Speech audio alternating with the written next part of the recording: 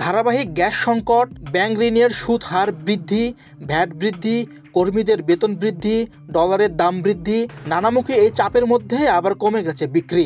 এমন পরিস্থিতিতে ব্যবসা বাণিজ্য টিকিয়ে রাখা কঠিন হয়ে গেছে। নতুন বিনিয়োগ তো দূরের কথা, চলমান ব্যবসা টিকিয়ে রাখতে হিমশিম খেতে হচ্ছে ব্যবসায়ীদের। এই অবস্থায় ব্যবসা থেকে বের হওয়ার নীতি অর্থাৎ এক্সিট পলিসি চাইছেন ব্যবসায়ীরা। আমরা প্রথমেই বলেছি যে ভাই আমাদেরকে একটা এক্সিট পলিসি এটা আপনি আমাদেরকে করে দেন। আমরা সবাই শঙ্কিত। প্রথম যে জিনিসটা সেটা হলো যে দেশের এখনো আইন শৃঙ্খলার উন্নতি হয় না। এইটা ছাড়া, এটা যদি না থাকে তাহলে কোনো ইন্ডাস্ট্রি কিন্তু সার্ভাইভ করবে না।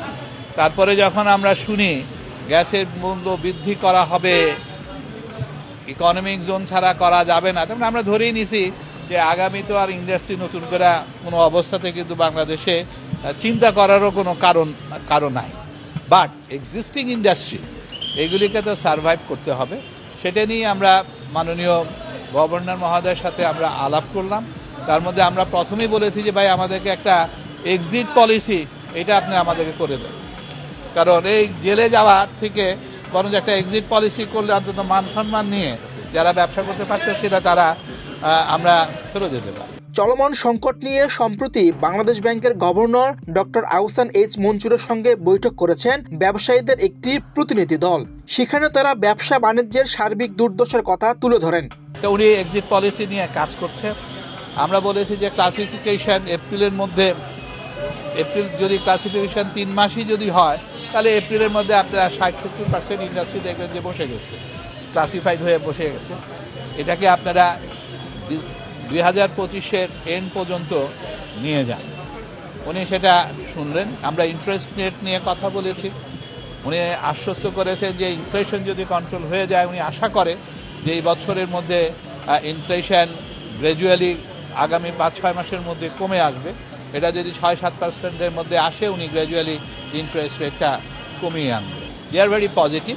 ওনারা চাচ্ছে যে দেশের ইন্ডাস্ট্রিগুলি যাতে স্বচ্ছতাভাবে সার্ভাইভ করতে পারে, সেটা নিয়ে উনিও আন্তরিক। এবং ওনাদের একজন কমিটির মধ্যে আমরা ওনাকে এগুলো বলেছি যে রিফর্ম কমিটিগুলি আপনারা করছেন সেখানে ব্যবসায়ী প্রতিনিধিত্ব থাকা উচিত, কারণ ওনারা এগুলি নিয়ে কাজ করছে। ঋণের উচ্চ সুদ হার, বিদ্যুৎ ও গ্যাসের মূল্য বৃদ্ধি সবকিছু মিলিয়ে কোনো প্রতিষ্ঠান তার পূর্ণ সক্ষমতায় চলতে পারছে না। উৎপাদন 30-40% পর্যন্ত কমে গেছে। চাহিদা মতো এলসি ওপেন করা যাচ্ছে না। বেসরকারি খাতের ঋণের প্রবৃদ্ধি 7.66%। নতুন সংযোগে গ্যাসের মূল্য বৃদ্ধি করা হচ্ছে। আবার IMF এর সুপারিশে বিভিন্ন পণ্যের উপর কর বৃদ্ধি করা হয়েছে। বর্তমান পরিস্থিতিতে শিল্প প্রতিষ্ঠানগুলো টিকে থাকায় এখন চ্যালেঞ্জ হয়ে দাঁড়িয়েছে। এদিকে মরে যাচ্ছে এই ক্যাশ ইনসেন্টিভ নিয়ে। আবার আমরা যদি সেটাও না পাই, আর ক্যাশ ইনসেন্টিভ গ্র্যাজুয়ালি কিন্তু উইথড্র করা হচ্ছে। এবং আমরা ওনাকে ক্যাটেগরিক্যালি মেনশন করেছি যে আজকে স্পিনিং মিলগুলি একটু বেকায়দার মধ্যে আছে। স্পিনিং মিলগুলির ক্যাপাসিটি তারা ফুলফিল করতে পারছে না।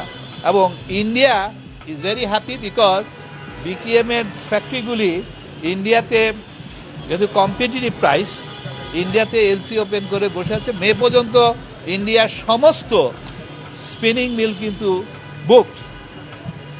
এখন আমাদের দেশে ক্যাশ ইনসেন্টিভ উইথড্র হবে, আমাদের দেশ থেকে ইন্টারেস্ট রেটও হাই হবে, আমাদের গ্যাস প্রাইসও বাড়বে, বেতনও বাড়বে, ইনক্রিমেন্টও হবে, অথচ কোনো ইনসেন্টিভ উইথড্র হয়ে যাবে। তো এখানে কিভাবে কম্পিটিটিভ হবে? এবং আমরা ওনাকে এটাও বলেছি যে দেখেন, এক্সপোর্ট নিয়ে খুব একটা বেশি আনন্দিত হওয়ার কোনো কারণ নাই। কারণ সামনে ঈদ 2টা আছে, জুন পর্যন্ত কিন্তু 2টা ঈদ আছে, রোজা আছে। এবং এই সময়ে BGM এর মেম্বারগুলা কিন্তু বিরাট ক্রাইসিসের মধ্যে পড়বে। পেমেন্ট করতে গিয়ে শিপমেন্টও ঠিক ওই পরিমাণ হবে না। এবং সেটা নিয়েও ওনাকে ভাবার জন্য আমরা বলেছি। রপ্তানিমুখী শিল্পের নগদ সহায়তা পেতে আবেদনের পর 9 মাস থেকে 1 বছর সময় লাগছে, যার ফলে শিল্প প্রতিষ্ঠানগুলো সময় মতো তাদের অপারেশন খরচ মেটানো, তাদের কর্মী বেতনাদি পরিশোধ করতে পারছেন না।